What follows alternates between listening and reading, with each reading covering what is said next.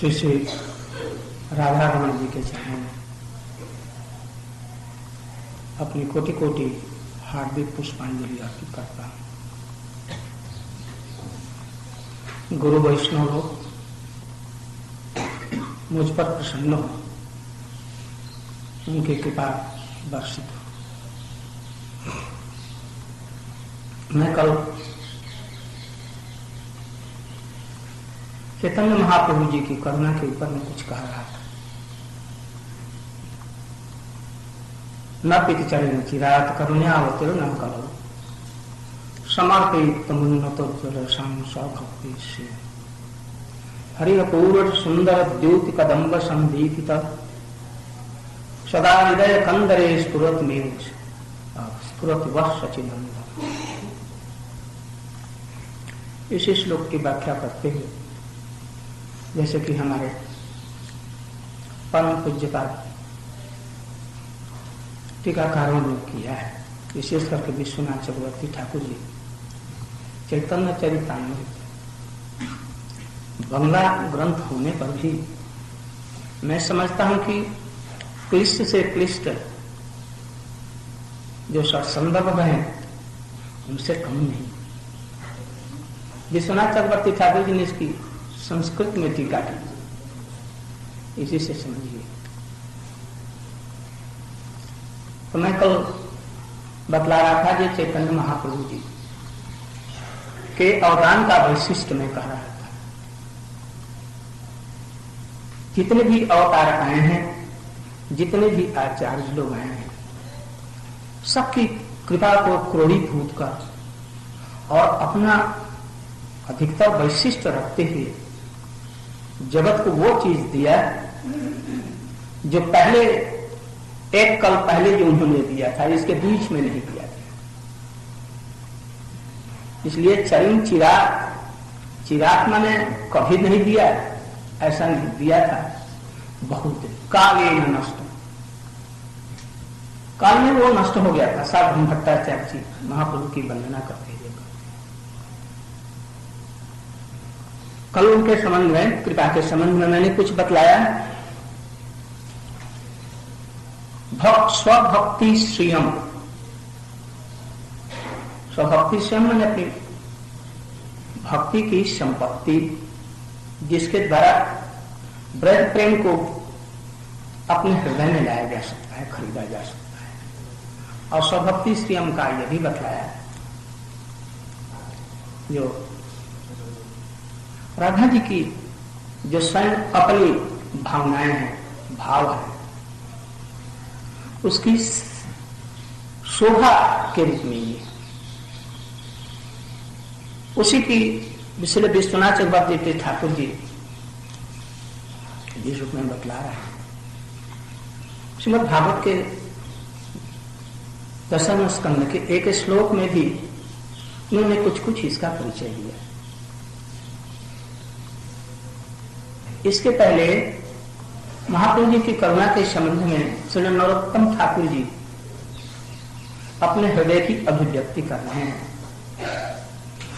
गौर ब्रज जन्मे भेद नाही हरि बरजवासी धामेर स्वरूप स्फुरी दे नए हरि बराधा उदासी।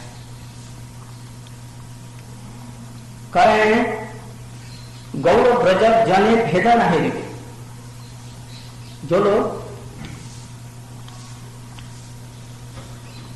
गौर और ब्रज को एक समझते हैं, अभिन्न, गौर को प्रच्छन्न वृंदावन बतलाएंगे, अभिन्न वृंदावन है। तो गौर के जो भक्त हैं, परिकर हैं महाप्रभु जी के, और कृष्ण के जो परिकर हैं, इनको अभिन्न समझो, अलग अलग मत समझो। ये पुरुष रूप में है, ललिता विशाखा इत्यादि सब दामोदर रामानंद कवि के रूप में जो आए हैं, उनको एक देखो, इस चीज को समझो, उपलब्धि करो। हमारे पूर्वाचार्यों ने गौ गणोपदेश दीपिका इत्यादि में और भी विश्वनाथ चक्रवर्ती ठाकुर जी ने अपने अपने ग्रंथों में ये वर्णन किया है। तो कहते हैं कि गौर ब्रजजन में भेद न हरिवे, भेद मत देखना, अभिन्न देखना। हई वे ब्रजवासी, तुम गौर में है, तुम ब्रज के परिकर हो जाओगे। हई वे ब्रजवासी, धन स्वरूप स्फुरी में नहीं। श्री भक्तिविनोद ठाकुर जी कहते हैं अपने नवदीप धाम परिक्रमा की एक महत्व छोटी सी पुस्तक है, उसमें लिखते हैं महाप्रभु जी को दास रस में सेवा करो, उनको कृष्ण जैसे रासलीला इत्यादि के माध्यम से उनकी सेवा मत करने जाओ, इनको दास रस से सेवा करो। जब दास रस की पुष्टि होगी, इसमें सिद्धि होगी, तो ये राधा कृष्ण दोनों, महाप्रभु जी राधा और कृष्ण दोनों के रूप में ही तत्विदित होने लग जाएंगे। रामानंद ने उनको पहले गौ रूप में देखा, सन्यासी रूप में,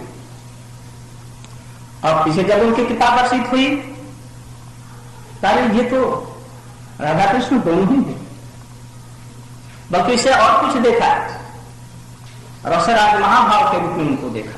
यही उनका वैशिष्ट है। महाप्रभु जी को जैसे कृष्ण की आराधना करते हैं उसमें मत करते जाओ, महाप्रभु जी का आदेश पालन करो, नहीं तो गौर नागरी बात का दोष आ जाएगा। हमारे गोस्वामी ने गौर नागरी बात का विरोध किया है। गौर को ही नागर सजाकर स्वयं नागरी बनना, ये गौर भक्ति के प्रतिकूल है। इसलिए उन्होंने जैसा आदेश दिया वैसा करेंगे। जब भक्ति परिपक्व हो जाएगी, अपने आप यह धाम ब्रज के रूप में उदित होगा, राधा कुंड, श्याम कुंड इत्यादि के रूप में, ब्रज के रूप में उदित होगा, और महाप्रभु राधा कृष्ण के रूप में भी होंगे। तो क्या होगा? धन स्वरूप स्फुरी नहीं हई वो ब्रजवासी, तब वो यथार्थ में ब्रजवासी। धाम कृष्ण धाम, कृष्ण नाम, ये कुछ अपराध का विचार करते हैं। अपराधियों के हृदय में यदि अंकुरित नहीं होते कृष्ण नाम या कृष्ण धाम स्फुरित नहीं होते, कृष्ण नाम करे अपराधियों का विचार, नाम ले ले, नाम लेने से भी उसका भाव है अंकुरित नहीं होता। इसलिए बहुत से हमारे गोस्वामी लोग, बहुत से लोग हमारे कृष्ण के भजन करने वाले बहुत दिनों तक यहाँ करते, अंत में रसलालसा आस्वादन करने के लिए वृंदावन नवदीप धाम में गए। जगन्नाथ दास जी महाराज जी का आप लोगों ने सुना होगा, गौर किशोर दास बाबा जी महाराज जी और हमारे से पूर्वाचार्य लोग सब गए हैं। महाप्रभु जी सब पर के पास, कल मैंने बतलाया, अपना चंडा सबके पर उनकी कृपा है। जो सामने आया उसी को प्रेम दिया, पात्र भी दिया, प्रेम भी दिया। इसी को भी सुना चक्रवर्ती ठाकुर जी माधुर्य का दम भी नहीं कर, महाप्रभु जी के बात कर रहा तब श्री चैतन्य का निरंकुश महामाधुर्य का दम।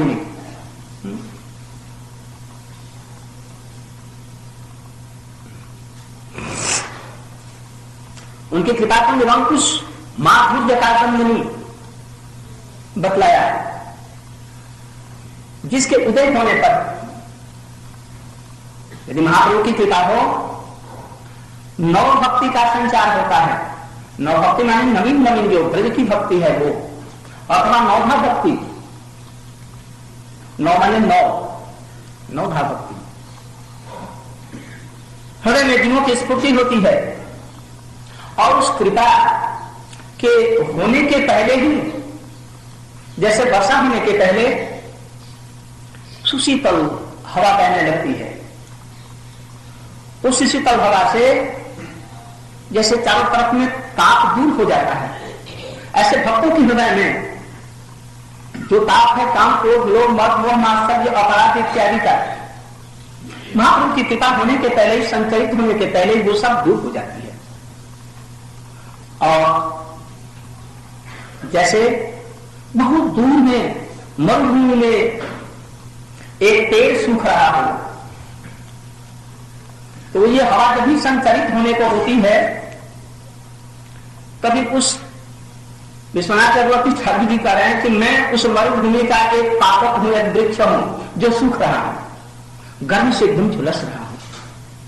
वह महाप्रभु की कृपा ऐसी जो दूर से संचरित होने पर दूर से ही उस सूखे हुए वृक्ष में भी सरसता ला देती है। मैं ऐसी महाप्रभु जी की अमृत बरसाने वाली, रस रूपी अमृत बरसाने वाली, मधुर रस को बरसाने वाली, सरसाने वाली, मैं उस निरंकुश कृपा को पुनः पुनः प्रणाम करता हूं। निरंकुश कृपा क्या है? कृष्ण ने एक शर्त लगाया, जे यथाम नाम प्रपद्यन्ते ताम फलयो भजन्ते। सब जगह कुछ न कुछ शर्त है, किंतु महाप्रभु जी की निरंकुश कृपा में कोई भी शर्त नहीं के सामने बस कहना है। ये निरंकुश कृपा की व्याख्या करते हुए बतला रहे हैं एक श्लोक में, श्रीमद् भागवत में बतला रहे हैं, अखिलतानि फलमदम न परम विदाम सख्यो अनुदेश यतो वयस्यै वक्त्रम ब्रजेश तयो अनुदेव दुष्टम जैवानुगीतम अनुरोध कटाक्षम। बड़ी सुंदर व्याख्या, भव्य व्याख्या करते हैं। महाप्रभु की कृपा यदि न रहे, ऐसी सुंदर व्याख्या कभी किसी भी संप्रदाय के लोगों ने, हम समझते हैं कि हजारों लोगों ने टीकाएं और व्याख्याएं की हैं, किंतु बिना महाप्रभु की कृपा की ऐसी सुंदर व्याख्याएं कभी स्फूर्ति नहीं हो सकती। तो इस महाप्रभु जी की कृपा से सनातन गोस्वामी ने, वैष्णव तोषणी जी गोस्वामी ने कोई संक्षिप्त वैष्णव तोषणी और ये सबका प्रसाद ग्रहण करते हुए विश्वनाथ चक्रवर्ती ठाकुर जी कहते हैं, मैं इन सब लोगों का प्रसाद ग्रहण कर रहा हूं, जूठा जो कुछ रह गया। वैष्णव में कितनी दीनता होती है। दीनता का निर्दर्शन देखिए हमारे श्री गोपाल भट्ट गोस्वामी है। कृष्ण कविराज गोस्वामी से हमारे उस समय के तदानीन्तन वैष्णवों ने, रसिक वैष्णवों ने उनसे प्रार्थना की, आप महाप्रभु जी की लीलाओं का सरस ग्रंथन किया करें। हम लोग की इच्छा ये है, उसमें उनके भक्तों का भी चरित्र आ जाएगा, उनके परिकरों का भी आ जाएगा, इसलिए आप कृपा करके करें। तो आदेश लेने के लिए सब वैष्णव के पास में गए जो उस समय उपस्थित थे। रूप सनातन जी तो उस समय नहीं थे और सब लोग नहीं थे, किंतु जो उपस्थित थे, रघुनाथ दास गोस्वामी, श्रीधर जी गोस्वामी का और लोग भी सब उपस्थित थे। गोपाल भट्ट गोस्वामी जी भी उसमें उपस्थित थे। उनके पास में उनके चरणों में गिरे और आदेश मांगा, आप कृपा करें, ये आप लोगों की कृपा से चैतन्य महाप्रभु की कृपा और उनकी लीलाएं हमारे हृदय में स्फूर्ति हो और मैं उनका ग्रंथन करूं। गोपाल भट्ट जी ने कहा, मैं तुम्हें आदेश दूंगा, किंतु एक शर्त है, हमारे जीवन चरित्र का और हमारी महत्ता का कहीं वर्णन करना। मेरे प्रेम में विवश हो करके श्री राधा रमन जी स्वयं प्रकटित हुए हैं और सब जो महाप्रभु की कृपाएं हमारे ऊपर में हुई हैं, इसका कहीं उल्लेख मत करना, नहीं तो मैं अभिमान से मुक्त हो जाऊंगा। देखिए ऐसे महापुरुष महाप्रभु जी की सब प्रकार से ये कृपा प्राप्त हुई है और उनको उन्होंने मना किया,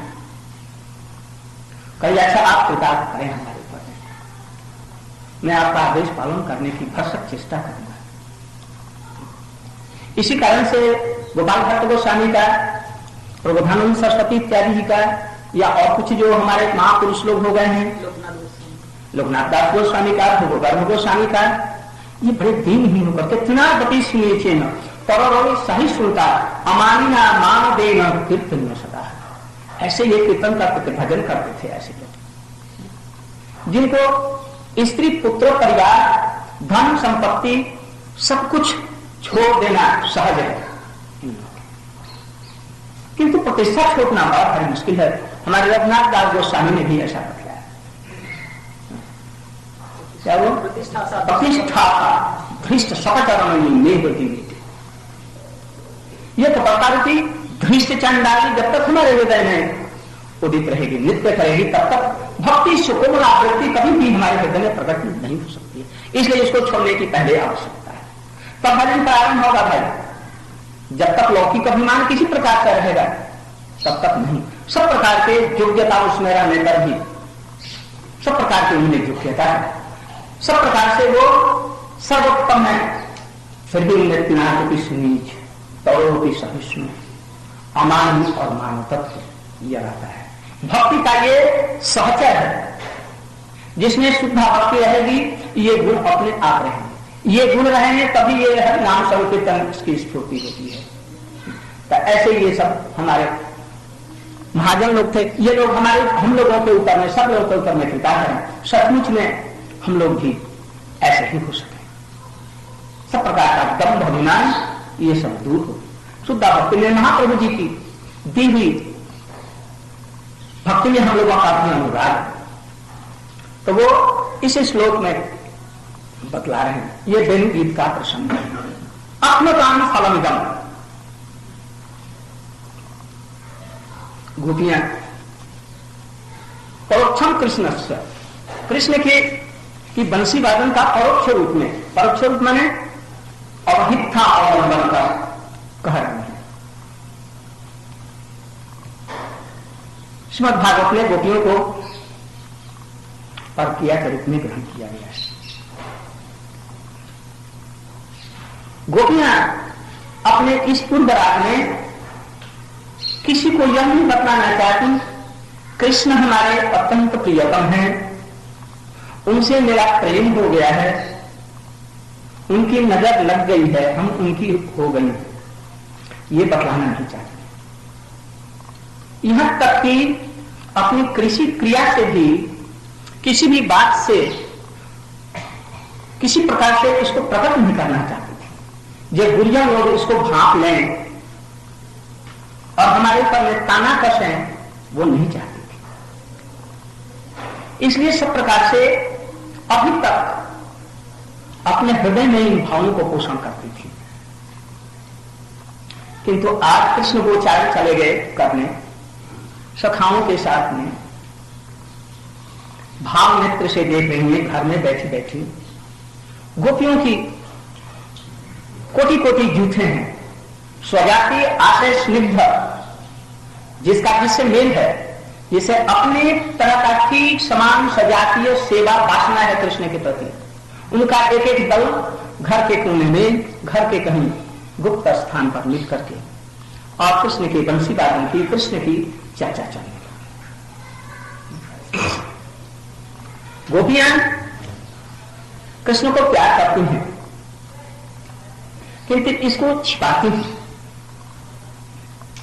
कोई भाव न कोई न जान सके। इसलिए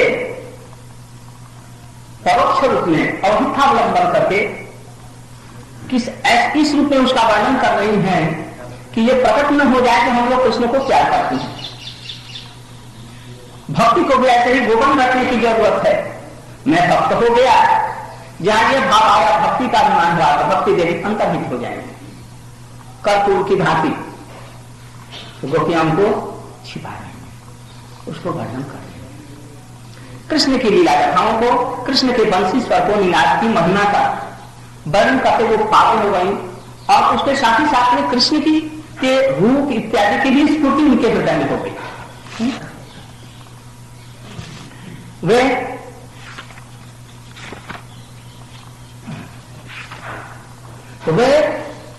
उनका यह गुणगान करने लगी, बरहा पीड़म नटवर बपू कर्णयो कर्ण इत्यादि के कृष्ण के रूप का वर्णन करते करते करते एकदम मुग्ध हो गए, और स्मरदेश में प्रेम के आवेश में वर्णन नहीं कर सके। किंतु फिर भी जो नहीं चाहती वो व्यक्त, जो गोपियां जो सुन रही हैं, उनकी भी तो उसी प्रकार की समवासना है, इसलिए वो समझ जाती है। वो सुन करके कह रहे हैं कि हमारी भी कोई ऐसी ही भावना है कृष्ण के प्रति। इसी श्लोक में अख्नोकाम फलमिदम ये बतलाया आंख वालों का या आंखों का यही फल है। इतने आनंद में भर गई, मुग्ध हो गई कि आंखों का फल क्या है ये नहीं बोल सकी। आंखों का फल यही है। पहले उसको कहा करके तब आंखों का फल यह होना चाहिए, तो ये नहीं उन्होंने कहा। विवश होकर के कारण आंखों का यही फल है। क्या फल है? न परम विदान, आंखों का कोई इसके अतिरिक्त तो कोई दूसरा फल है हम नहीं जानती हैं। कृष्ण गोचारण करने के लिए गए, भाव की स्फूर्ति उनके हृदय में हो रही है, वो गोचारण में नहीं गई है। वो घर में बैठी दूसरी गोपियों से बात कर रहे हैं और दूसरी कोई कह रही है सखी, यही से देख रहे हैं। मानो सब उनकी गोचारण कैसे कर रहे हैं, क्या कर रहे हैं, बंसी वादन इत्यादि कर रहे हैं, कैसे उनके आंखों की भंगी हो रही है, धूप भंगी इत्यादि, वहीं से देख रहे हैं। कहिए सखी, हम नहीं जानती हैं कि आंखों का फल इससे दूसरा क्या हो सकता है। कृष्ण गोचारण करने के लिए गए हैं, सब सखाओं के द्वारा परिवेष्टित है। कोटि कोटि गायों के समूह को लेकर, धेनु पावों को लेकर गोचारण करने के लिए गए हैं। एक वन से दूसरे वन में प्रवेश कर रहे हैं। गाय भर भर जगत रही है। कहते हैं बड़े प्रेम से कृष्ण जी सखा धीरे धीरे धीरे धीरे चलो। कई इधर उधर चलते हैं तो बंसी के द्वारा इनको मोड़ लेते हैं। नीरी नीरी, पानी पिलाना है तो कहते हैं नीरी नीरी। पानी पी करके जब चलती हैं इधर तक के तीरी तीरी, उनके शब्द बतले गायें सब समझती हैं। यूं तो गायें साधारण नहीं है, वेद की ऋचाएं गायें हैं, कृष्ण उनका पालन कर रहे हैं, वो सब कुछ जानती हैं। चिन्मय तत्व है, सच्चिदानंद है। जब किंचित प्रेम गुलमती कटमुखम गोष्ठे समस्तम हितम सर्वानंद मुकुंद दयितम लीला अनुकूलम परम शास्त्रे मुहुर्मुहुर्निष्टम कितम ज्ञानस्य ब्रह्मादेव सस्तिहं ततो सर्वं मया इदं वन्दते। ब्रज का कुछ भी त्रिलता गुण यहां तक कि दीक्षु सार सभी सच्चिदानंद और कृष्ण लीला के अनुकूल है। एक छोटे से उदाहरण के द्वारा आप समझ सकते हैं कि कैसे अनुकूल है। राधा जी को प्रमाण हुआ किसी कारण से, हेतु का हेतु आजमान का उपशम नहीं हो रहा है, तब उन्होंने अन्न विनय किया, किंतु आज का तो ऐसा मान था जो करेगी। राधा जी श्रीमती जी मुख मोड़ दिया और वहां से चल गई। सखियों के मनाने पर भी आज नहीं माना। थोड़ी देर जब आगे बढ़ी, एक कृष्ण सर्प काला सर्प उनको देख करके और ऐसे ही फंस गया, रास्ता में एकदम खड़ा और ऐसे फंस किया, देखते एकदम गिर गई। मां नदी ने कहा उड़ गया, लौटी और दौड़ते ही आकर के कृष्ण की गोदी में गिर पड़ी। जिसे कृष्ण कल्पना नहीं करते। लीलानुकूलम परम, सभी सच्चिदानंद हैं। इस तरह से जब सांप और बिच्छुओं की तरह से बात तो तीन लता गुणों की तो बात क्या, तो इसलिए गायें सब समझती हैं। कोटि कोटि गुणों की समूह को लेकर के कृष्ण चल रहे हैं। अरे 9 लाख तो गायें नंद बाबा की, 11 लाख हमारे दुष्मन महाराज की, ऐसे ऐसे सब कोटि कोटि गायों को लेकर के, उनको लेकर के एक वन से दूसरे वन में ले जाना सहज काम नहीं, किंतु कृष्ण अपने बंसी के रव से और अपने मधुर शब्दों से उनको वशीभूत किए हुए एक वन से दूसरे वन में प्रवेश करा रहे हैं। साथ में कौन है? असंख्य बोध पावखंड के सखा लोग हैं, वयस्से वैश्यों से घिरे हुए हैं। फिर वक्त्रम जरा वक्त्रम प्रजेश सुतोयो अनुदेवी दुष्टम, और उस समय कृष्ण और बलदेव जी जा रहे हैं। ये बंसी के छिद्र को भर रहे हैं। पहले श्लोक में बंसी है लकड़ी, अंतःसार शून्य, है तो बलदेव ही बंसी बने हैं, किंतु नवलीला में उसको अंतरसार शून्य। यदि कोई अंतरसार शून्य रहेगा तो महान उत्तम भक्तों का भी संगत आकर के वो वैसा का वैसा ही नीरस बना रहेगा। कृष्ण अपनी मधुर अभ्यामृत को उसमें भर रहे हैं और वो विश्व को उन्मत्त कर रही है, किंतु स्वयं वही बंसी है, वही बांसुरी। इसलिए अंतरसार शून्य नहीं होकर के कृष्ण के प्रति भक्ति प्रेम भाव होना चाहिए। गोपियों का अनुगमन माना साधारण प्रेम में। यह बंसी के द्वारा अनुदेनी जुष्टम बतलाया, देख करके नहीं, वो तो पहले बतलाया ना, आंखों का आगे सफलता वही है जो इनके रूप को देखें। कब कृष्ण को उच्चारण करने के लिए जा रहे हैं, सखाओं से घिरे हुए हैं, गायें चल रही हैं और अनुदेनी जुष्टम ब्रजेश सुतयो। यहां पर कृष्ण और बलदेव जी जा रहे हैं। बलदेव जी का नाम लेने की आवश्यकता यहां नहीं थी, किंतु भाव गोपन करने के लिए कहीं ये प्रकट न हो जाए कि हम लोग कृष्ण पर अनुरक्त हैं, इसलिए और दीक्षा के लिए उन्होंने बलदेव जी, कृष्ण और बलदेव जी जा रहे हैं जो बेन वादन करते हुए जा रहे हैं और सखाओं के तरफ में कटाक्ष से बंसी देते हुए मुस्कुराते हुए और उनके तरफ में कटाक्षपात करते हुए चले जा रहे हैं। यदि किसी ने यह देखा ही नहीं, निपीतम विशेष रूप से निशेष रूप से पीतम, यदि इसका किसी ने पान किया, कैसे आंखों के द्वारा ही पान किया, कभी कान के द्वारा पान करते हैं, कभी मुख के द्वारा पान करते हैं, तो इस तरह से निपीतम अनुरक्त कटाक्ष मोक्षम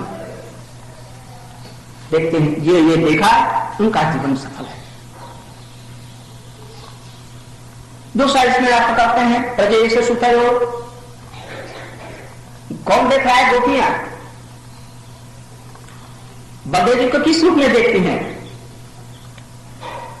जेठ के रूप में देखती है, गुरु बुद्धि से उनको प्रणाम करती है और वो भी उनको आशीर्वाद देते हैं, दूर से अपने नेत्रों से ही उनको आशीर्वाद देते हैं। इसलिए यहां पर गोपियां जो उनको देख रही हैं, अनुदेनु जुष्टम ब्रजेश सुतयो, ब्रजेश सुत जो दो हैं कृष्ण और राम, उनमें जो पीछे अनु पीछे देनु जुष्टम देनु का जो आस्वादन करते हुए जो जा रहे हैं, पीछे पीछे जो हैं, आगे आगे बलदेव प्रभु जी जा रहे हैं और पीछे कौन चल रहे हैं? कृष्ण, जो अपने अधर पर मुरली लिए हुए हैं। इनका जो कटाक्ष है मोक्ष, यदि नहीं देखा जीवन वृथा है, आंखें वृथा है, लोर पंख की भांति है। चलो सखी जल्दी से चलें देखें विश्वनाथ चक्रवर्ती ठाकुर जी का, चलो जल्दी से देखें। देखें नहीं, पीते पिए, अधरामृत पिए। अरे ये खबरदार नाम मत लो, अभी सुन रही होंगी हमारी ससुर सास, ये सब लोग होंगे, गुरुजन लोग सुन रही होंगी या सुन रहे होंगे, मत कहो। कहिए क्या करेंगे? करेंगे क्या? हमारी नंदे भी तो देखती हैं, सुनती हैं, जितनी बाधाएं हम लोगों के लिए नहीं है वो क्यों सुनती हैं? चलो जो होगा तो देखेंगे, तो चलो दूर से देखेंगे, किंतु निपीतम हमारे लिए संभव नहीं है, पीना हमारे लिए संभव है। अरे चलो तो देखो जो क्या होता है। उस बंसी निनाद का ऐसा ही प्रभाव है, कृष्ण के मुखारविंद का ऐसा ही प्रभाव है। काष्ठीय के पदार्थ कल्पदायक देंगी, इससे तो गो द्विज धूम मृग पुलकांड विघ्न सभी अपने अपने धर्मों को छोड़ करके विपरीत धर्म का आचरण करने लगते हैं। जमुना जी जो चलती हैं वो स्थिर हो जाती हैं, हवा स्थिर हो जाती है, चलने वाले जो हैं वो जड़ हो जाते हैं और जड़ भी चेतन का व्यवहार। इनकी बंसी की निनाद और उनका रूप सुन करके हमारी तो बात ही क्या है? पैरों से अश्रुधारा होने लगती है। पक्षी जो चलने वाले हैं स्थिर होकर के मौन होकर के रह जाते हैं। सब चीज की धारा ही बदल जाती है। तो हमारी ये धारा जो बदल गई, हमारा जो भाव बदल गया, अपने पतियों को छोड़कर के यहां ले जा रहे हैं। चलो तो सुनो तो देखो तो, जो कराना है वो पंछी करा देगी। इसलिए यहां पर कहते हैं जो पीछे जो जा रहे हैं कृष्णचंद्र अपना पर मुरली लिए थे, उसमें अपने अधरामृत को लगा करके, तो उस समय में कृष्ण के आंखों से जो उनका कटाक्ष मोक्ष हो रहा है, जो देख रहे हैं, इसको जो दर्शन किया उसी की यथार्थ में सफल है। यहां पर एक विचार और है। ब्रजेश सुतयो, बलदेव जी के लिए ये कहा गया कहां पर संगत है? कहा हां संगत है। यद्यपि कृष्ण के लिए तो यह कहा जाता है जिस समय में वो मथुरा में आविर्भूत हुए, वे प्रकट हुए शंख चक्र गदा पत्नी के रूप में, चतुर्भुज रूप में। उसी समय में गोकुल में जशोदा मैया के गर्भ से कृष्ण प्रकटित हुए, एक ही काल में। पीछे से जोग माया जी ने जन्म ग्रहण किया। जिस समय में वसुदेव जी ने और देवकी जी ने प्रार्थना की, आप बच्चे बन जाइए, शिशु बहु हुआ। साथ ही साथ में गोकुल वाले कृष्ण यहां पर पहुंच गए और अपने रूप में उनको ग्रहण कर दिया, मिला लिया। उसी को वसुदेव जी वहां पर रखा है। श्रीमद् भागवत में ऐसे हजारों प्रसंग हैं जिसे ये प्रतीत होता है कि परीक्षित महाराज को प्रसन्न करने के लिए ही उन्होंने जदा पदा कहीं कृष्ण को वासुदेव पुत्र कहा है, वसुदेव पुत्र कहा है, देवकी नंदन इत्यादि कहा है। किंतु अपने मन का भाव उनका यही है कि वो नंद नंदन है, जशोदा नंदन है। इसलिए जन्म के प्रसंग के बाद में नंद के घर में जब उत्सव हुआ, वहां पर उन्होंने आत्मज उत्पन्न निर्गत लाया। नंदस्तु आत्मज उत्पन्ने जाता साधु महामरा। नंद बाबा बड़े प्रसन्न हुए, उनका संस्कार कराया। क्या जात कर्म संस्कार किया। जात कर्म किसको कहते हैं? नारी छदन इत्यादि का नाम जात कर्म है। कृष्ण की यहां नर्वत लीला हुई, वहां पर भगवत तत्व नारायण इत्यादि वासुदेव कृष्ण वहां पर प्रकट हुए। जन्म की लीला वहां पर मथुरा में नहीं है, किंतु यहां पर जन्म की लीला है कृष्ण की। केवल यही नहीं, जब कंस ने उस लड़की को पकड़ा पैर और पत्थर पर पटकना चाहा, वो अष्टभुजा दुर्गा के रूप में ऊपर उड़ गई और भागे, हे कंस तेरे मारने वाला तो अमृत कहीं प्रकट हो गया। उसमें सुखदेव गोस्वामी जी ने कहा अदृश्यत अनुजा विष्णु, विष्णु की जो अनुजा है वो वहां पर अदृश्य हो गई। यहां पर विष्णु माने कृष्ण, कृष्ण की अनुजा कौन सी? मथुरा में कौन सी उनकी अनुजा पैदा हुई? यदि बहुत सुभद्रा जी नहीं तो बहुत पीछे की बात है। वो तो साथ ही साथ जिसको वो ले आए थे, कहां से? मथुरा से तो लाए हैं, वो तो गोकुल से ले आए थे उसे। तो अनुजा कैसे हो गई यदि कृष्ण की वो बहन नहीं है? तो इसलिए वो कृष्ण की बहन है, इसलिए कृष्ण नंद बाबा के ही पुत्र है।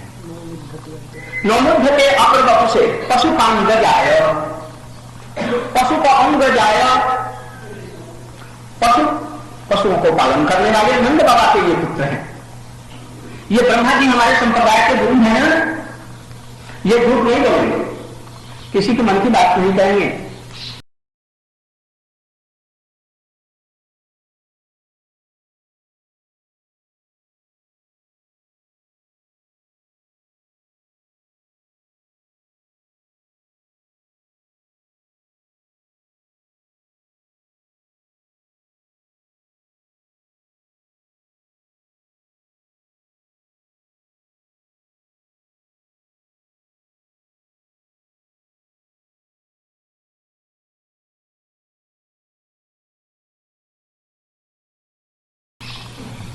इसलिए उन्होंने कह दिया जैसे अधिकम जन्म ना ब्रज, मथुरा में नहीं, कहां जन्म हुआ उनका? जन्म ना ब्रज, ब्रज में जन्म से। आज ये वैष्णवपुरी क्या द्वारकापुरी और मथुरा इत्यादि से ही अधिक ये सुशोभित हो रही है, जहां पर लक्ष्मी कुंजों में झाड़ू देती है। इसलिए कृष्ण का यहां पर गोकुल में जन्म तो अभिसंवाद सत्य है, इसमें नम नथु का कोई प्रश्न ही नहीं है। बल्कि अंत में उन्होंने कह ही दिया, हाँ, देवकी जन्म भागो, ये बाग है, देवकी जन्म बाग। उन्होंने वो जगत को के अधर्म इत्यादि को दूर करने के लिए आती, ये भी बाग है, इसलिए नहीं आए। वो तो गोपी प्रेमास्वादन करने के लिए आए, भक्त विनोदनार्थ, भक्त के विनोद के लिए आए थे, भक्तों के विनोद के लिए, क्रीड़ा के लिए आए थे। और श्लोकासंघात अपने महाविष्णु विष्णु के अवतारों के द्वारा भी ये युग धर्म परिवर्तन इत्यादि सब ये कर सकते थे, इसलिए इसके लिए नहीं आए। इसलिए देवकी जन्म बागो, ये बाग स्वरूप है, कहा जाता है ऐसा, किंतु यथार्थ में नंद बोलते हैं।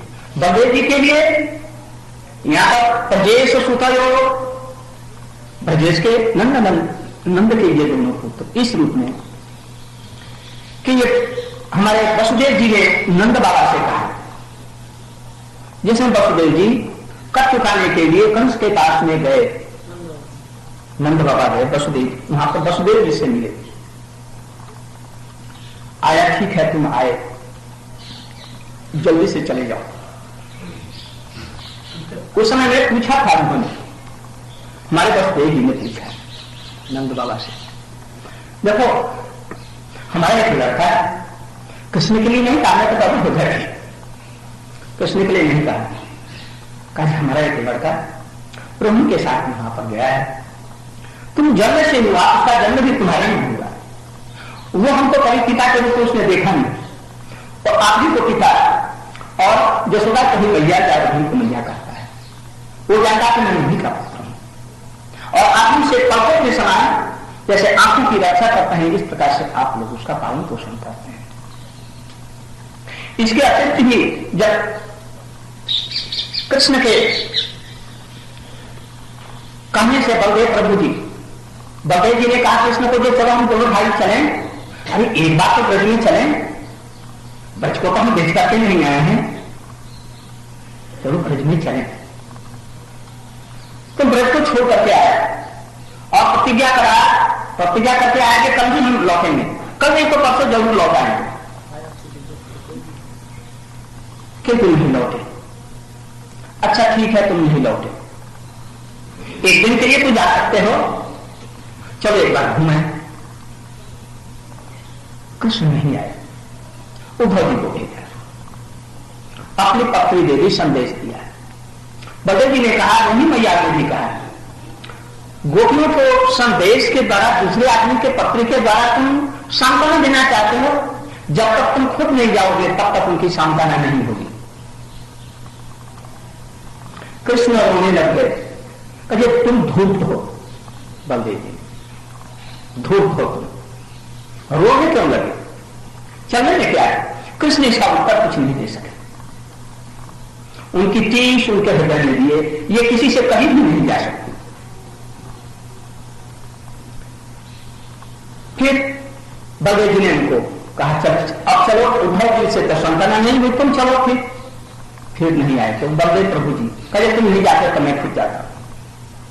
तो वहां पर उन्होंने बतलाया कि करो, मैंने दोनों को अभिवादन किया है, माता और पिता को, माता पिता के रूप में नंद बाबा यशोदा जी का अभिवादन किया है, श्रीमद् भागवत में ऐसा उल्लेख है। क्यों? इसलिए कि बलदेव प्रभु जी नंद बाबा से कह रहे हैं, जिसमें मथुरा में ये गए थे कर देने के लिए, उसी समय में बलदेव जी का कंस मारा गया है, उसका संस्कार भी कर दिया गया। नंद बाबा वहीं पर प्रणाम डाले बैठे हैं, अंबिका बन गए। सोचे अब कृष्ण आएगा, बलदेव आएंगे। बहुत विलंब हो गया, एक दिन नहीं, दूसरे दिन भी नहीं आए। तीसरे दिन शाम को जब अंधकार हो रहा है, बड़ी मुश्किल से मिलने के लिए आए। 5 तो बज गया है,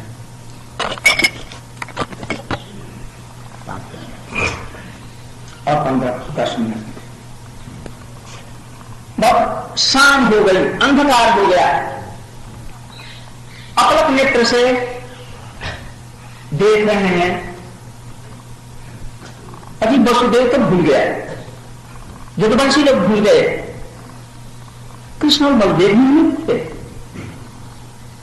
गला धोया, उसी समय में देखा कि कृष्ण बलदेव मानो छिप करके आए। बाबा का ऐसा रूप देख करके उनके दाहिने और बाएं जंगले पर बैठ गए। कहे तुम भी भूल गए और तुम भी नहीं आए, क्या मतलब वृंदावन लौटने की इच्छा नहीं? उस समय में बलदेव जी कह रहे हैं, मैं कृष्ण को और आपको छोड़ करके कदापि मथुरा में नहीं रह सकता।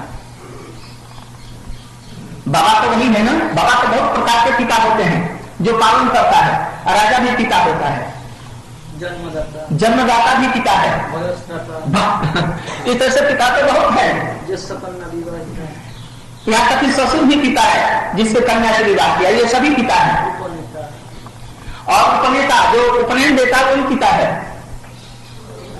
किंतु जिस पिता ने पुत्र को पाला नहीं और उसे छोड़ दिया, त्याग दिया, वो पिता कैसे हो सकता है?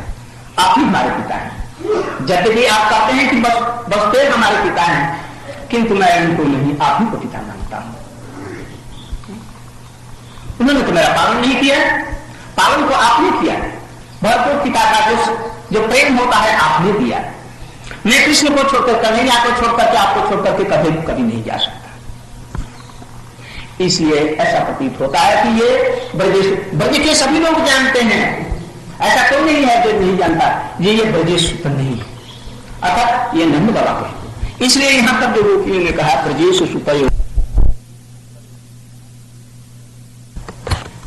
गोपियों में 2 प्रकार की है,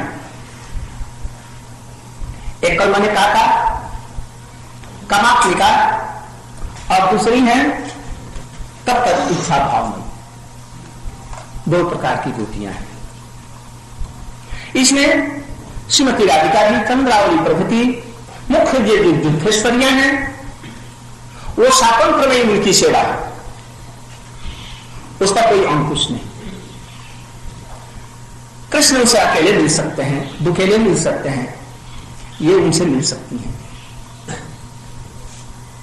इसलिए वो गोपियां तो कृष्ण के लिए वो देख रही हैं, जो पीछे पीछे जो कृष्ण जा रहे हैं, आगे आगे बलदेव ब्रजेशुत्रों में से आगे आगे चल रहे हैं बलदेव जी, है सीना बजा रहे हैं या पेड़ बजा रहे हैं, और पीछे जो अविरुदेव दुष्टम, पीछे जो श्यामल वर्ण का है, जिसके श्यामल शरीर पर स्थूल विद्युत की भांति पीतांबर का ला रहा है, गले में वैजयंती माला बन गई, सिर पर मोर के पंख लगे हुए हैं, बाएं के तरफ में वो कुछ झुके हुए हैं, मानो किसी का कुछ स्पर्श करना चाहते हैं। सखा लोगों को उनकी गीति का गान करते हुए चल रहे हैं। कृष्ण के चरणों में जो चिन्ह पृथ्वी पर लग रहे हैं, उनके इस भाव को देख करके कृष्ण स्वयं भी नृत्य करने लगे, मयूर नृत्य करने लगे। शाखाएं पेड़ के नीचे झुक करके वो भी कुछ नृत्य करने लग गई। जमुना लहरों के रूप में नृत्य करने लग गई, सखा लोग भी नृत्य करने लग गए, और इसका चिंतन स्फुरण करते उनके हृदय में स्फूर्ति है, गोपियों का हृदय भी नृत्य करने लगा। समस्त वातावरण एकदम नृत्य करने लगा। मानो उसी समय में कृष्ण बंसी वादन करें, मयूर नृत्य कर रहे हैं। मैं ने सोचा कि वाह वाह, धन्य ये दावत है जिसके सब लहरों पर मैं नृत्य कर रहा हूं, थिरक रहा हूं। बस एक पंख निकाला और उनके लिए दे दिया, जैसे कोई सुंदर नृत्य कर रहा हो। और उस समय वो कुछ लेकर के रुपए नोट 5 रुपया 10 रुपए का लेकर के ऐसा न्यौछाव करते हैं, ये रासलीलाओं में देखे हैं। किसी का मन प्रसन्न हो जाता है, ऐसा करते हैं। मानो मयूर कृष्ण के वेणु गीतों पर थिरकता हुआ विभोर हो गया और निकाल करके एक पंख, हमारे पास में क्या है, यही तो है मेरे पास में, यही हमारा धन है, सर्वस्व है, मैं तुम्हें देता हूं, छोड़ दिया। कृष्ण ने बड़ी प्रसन्नता के साथ में लेकर के मानो यहां पर लगा लिया, इसलिए कभी उसको छोड़ते नहीं। एक तरह से सभी नृत्य कर रहे हैं, गोपिया का भी मन नृत्य कर रहा है, ये देख रहे हैं भाव नृत्य से। और ये तो दुष्टरिया है, ये स्वतंत्र इनकी सेवा है, ये कर सकती है। किंतु दूसरी जो कल मैंने कहा स्वभक्ति श्रीयम, जो चैतन्य महाप्रभु देने के लिए आए हैं, वो जो भाव देने के लिए आए हैं, मंजरी भाव इत्यादि सखियों की अनुभूता, जिनको मिलन की आकांक्षा नहीं है, मिलाने की आकांक्षा रहती है, और उससे कोटि गुण बल्कि उनको अत्यंत अधिक सुख होता है। चैतन्य चैतामृत में उसको इस तरह से वर्णन किया गया, सखी का स्वभाव एक अपथ्य कथन। सखी माने क्या? एक सखी कृष्ण पक्ष से कुछ होती है, जैसे धनिष्ठा इत्यादि सखियां हैं, तो की सेवा करने पर भी उनके तरफ में कुछ इंक्लिनेशन रहता है, उनके तरफ में कुछ झुकाव होता है। और एक नित्य सखी होती है और एक प्राण सखी। नित्य सखियों में भी जो श्रेष्ठ हैं वो प्राण सखी है। इनका स्वभाव क्या है? कृष्ण की इच्छा मिलने कराने पर भी ये नहीं मिलती है, अपने दीर्थेश्वरियों को ही, राधा इत्यादि को, श्रीमती राधिका किशोरी इत्यादि को मिलन कराने में उनको इतना आनंद होता है कि मिलने से कोटि गुण, तो वो छोटी बातों पर क्यों आए? इसलिए यहां पर वो बतला रहे हैं, इन गोपियों का भाव दोनों तरह से व्याख्या की गई। ये जो गोपियां हैं अकेले कृष्ण को देखना नहीं चाहती हैं, उससे उनका आनंद उल्लास नहीं होता। इनका उल्लास कभी होगा यदि श्रीमती राधिका जी है। और इस भाव को लाने के लिए कुछ दूसरे रूप में अन्वय करना पड़ेगा इसका। वयस्य जो कहा है, वयस्य सखाओं से घिरे तो सखी से थी, वहां पर सखियां वयस्या सखियों से घिरे हुए हैं। कब? दोनों मिल रहे हैं। उसमें अनुदेनु दुष्टम ब्रजेश सुतयो, ब्रजेश सुतयो माने सुतश्च सुताश्च सुतयो।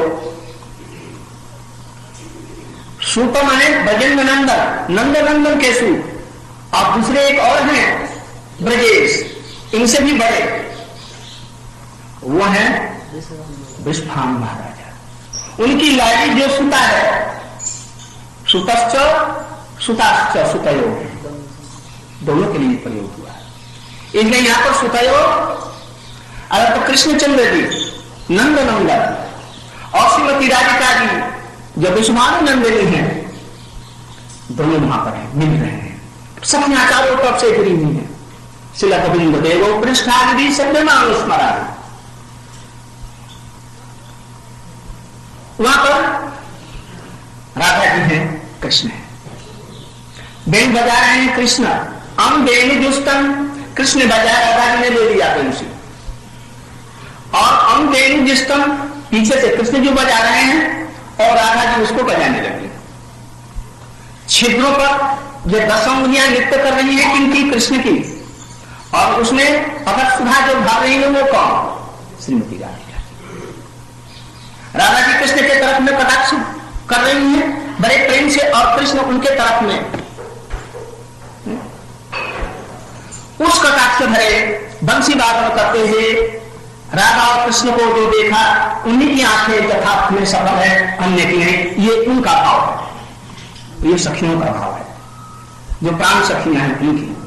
प्रिय लव सखियां जो ललिता विशाखा है, वो दोनों की यद्यपि सेवा करते हैं, कृष्ण के तरफ में थोड़ा सा झुका होगा, किंतु ये इनका विवाह, उनकी स्वामी केवल राधा जी। वृंदावन महेश्वरी सप्तम जस्तो स्वयं की प्रिया प्राण प्रेस सखी किला किला से रूप मंजरी दासिका संशय। मैं रघुनाथ दास गोस्वामी जी का वर्णन कर रहे हैं। इनका इसी के लिए करें, कृष्ण सह अधिकार जे लीला कर निज के लिए हलते कहें कोटि सुख पाए। राधा के साथ में कृष्ण जो लीला कर रहे हैं, वो लीला ये नहीं चाहती स्वयं मिलना, बल्कि राधा कृष्ण को दोनों को ही मिला करके उन्हीं के आनंद में इतना आनंद होता है जो कोटि गुण जो होता है कृष्ण के मिलने में। राधा स्वरूप कृष्ण प्रेम कल्पना था, सखीगण हम का पल्लव पुष्प का कृष्ण लीलामृत जबी लता के सिंचय निज से कहते पल्लवा देर कोटि सुख है। राधा जी प्रेम कल्प लता है, वृक्षों को आलिंगन करती है लता, लता को आनंद करने में आनंद होता है। इसको देख करके जो पुष्प पत्ता और मंजरियां हैं उसी से पुष्ट हो जाती है। उनको पेड़ को चारों तरफ से लपेटने की जरूरत नहीं, आलिंगन करने की जरूरत नहीं, बस लता ही आलिंगन करेगी। और वो क्या करेंगे, प्रेम के मारे हवा के झोंकों में बड़े प्रेम से वो पुष्पित और अवलोकित होकर के एकदम झूम पड़ रहे हैं। लता को आनंद हो रहा है, ये कैसे प्रकट होगा? लता से नहीं बल्कि उनके पल्लव और पुष्प और मंजरी को देकर के ये पता चलेगा कि वो कैसे प्रसन्न हो गई है। तो इसलिए ऐसी जो सखियां हैं, प्राण सखियां हैं, कौन रूप मंजरी मुखार, ऐसी सखियों को हम लोग प्रणाम करते हैं पुनः पुनः। वो हम लोगों को ऊपर में कृपा करें। ये रूप गोस्वामी आप जानते हैं कि कैसे महाप्रभु जी के कृपा पात्र होंगे। अपने को कृपा को उनके अंदर में भर ही दी प्रयाग में, सूत्रकूट में सब कुछ उनके अंदर में हृदय में स्फूर्ति कर दी। यदि उनको आप कृष्ण का नित्य रूप मंजरी समझते हैं तो कोई बात ही नहीं, किंतु नवीला में ये दिखला रहे हैं, नवीला में तो उनको ऐसा ही दिखलाना पड़ेगा, तो इसलिए वहां पर दिखला रहे हैं। सब उनके अंदर में रसों की सब प्रकार से स्फूर्ति कर दी। इतना ही नहीं, जिस समय वो महाप्रभु जी से मिलने के लिए जगन्नाथपुरी में गए और उन्होंने रात वहां रथ यात्रा में महाप्रभु तो श्लोक पढ़ रहे हैं, और श्लोक पढ़ रहे हैं ऐसा जरा केवल सब दामोदर का अतिरिक्त कोई उसका अर्थ नहीं जानता। जब कोई ना रहा कोई नहीं समझता, केवल एक शब्द दामोदर समझते हैं। महाप्रभु भाविष्ठ होकर के कर रहे हैं, मृदंग का काल मानो मेघ का गर्जन हो रहा है उस समय में, जय जगन्नाथ का शोर से आकाश एकदम भरपूर हो रहा है, कोई किसी की ध्वनि नहीं सुन सकता, और महाप्रभु जी भावाविष्ट होकर के से ही तो परान्नाथ पायु, और इसके बाद में ये भाव है जब भाव मारा। कोई छोटा सा उनका अनुग्रह पात्र भी साथ में था, ये थे हमारे परम पूज्य आराध्य श्री रूप गोस्वामी पाद जी। उन्होंने उसको अपने हृदय में लिख लिया और काल पत्ते के ऊपर में रख करके जब हरिदास ठाकुर जी के पास में जबकि पाया है, कौन पे सिद्ध बकुल में आए, उन्होंने लिख करके ताल पत्र में स्नान करने के लिए समुद्र में गए और उनकी झोपड़ी में एक जगह लगा दिया। महाप्रभु जी रथ यात्रा समाप्त के बाद में वहां पर पहुंचे, हरिदास ठाकुर को रोज दर्शन देने के लिए आते, अपना प्रसाद वहां जगन्नाथ जी का भिजवाते, ऐसी उन पर ये मंदिर में नहीं जाते, तीनावती सुनील हम लोग तो हड़ताल कर देंगे, मंदिर में नहीं जाएंगे, लोगों से लड़ाई झगड़ा मारपीट सब कर लेंगे, वो रास्ते पर नहीं जाते जो अशुद्ध हो जाएगा, मैं मुसलमान। अरे उनको जो मुसलमान समझेगा पाषाण भी बहुत भूलो, वो पाषाण भी है। तो वो दिनता करके महाप्रभु जी उनके पास में पहुंच जाते, हरा उनका हाथ ऊपर में गया, देख करके देखा हृदय उल्लास से भर गया। किसने लिखा ये? मैंने कहा से ये तो रूप रख करके गया है। ठीक, बस वहां से लौट करके जब आए पीठ पर एकदम थप्पड़ मारा। कैसे ये जान गया? उनके साथ में स्वरूप दामोदर, आय रामानंद, प्रभु समस्त लोग हैं। कैसे जान गया? सब किसी ने कहा जी आप पर आपकी जिस पर कृपा है वो कैसे जान सकता है? आज मैं समझ गया कि आपकी भरपूर कृपा इसके ऊपर है, जिसको कोई नहीं जान सका इसने जान लिया।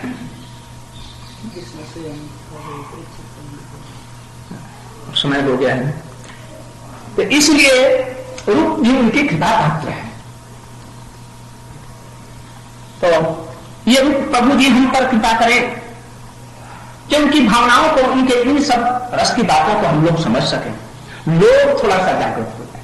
यदि हमारा लोभ उनके प्रति हो गया, यह लोग ही कोटि जन्म सुकृति न लभते, यह प्रेमा भक्ति बिना लोग के नहीं मिलेगी। इसलिए आज हम गोपाल भट्ट गोस्वामी के श्री चरणों में उनके आराध्य, हमारे संप्रदाय के आराध्य इस राधा रमन जी के चरणों में हम शरण ग्रहण करते हैं। ये भाव हमारे हृदय में स्फूर्ति हो, उनकी कृपा लाभ, हम इन गोस्वामियों के इन भावों को हम समझने में समर्थ हो सके, ऐसी ये कृपा करें। यही कह करके आज का वक्तव्य में समाप्त करता हूँ। वंशा कल्पतरुभ्यश्च कृपा सिंधुभ्यैव च पतितानां पावनेभ्यो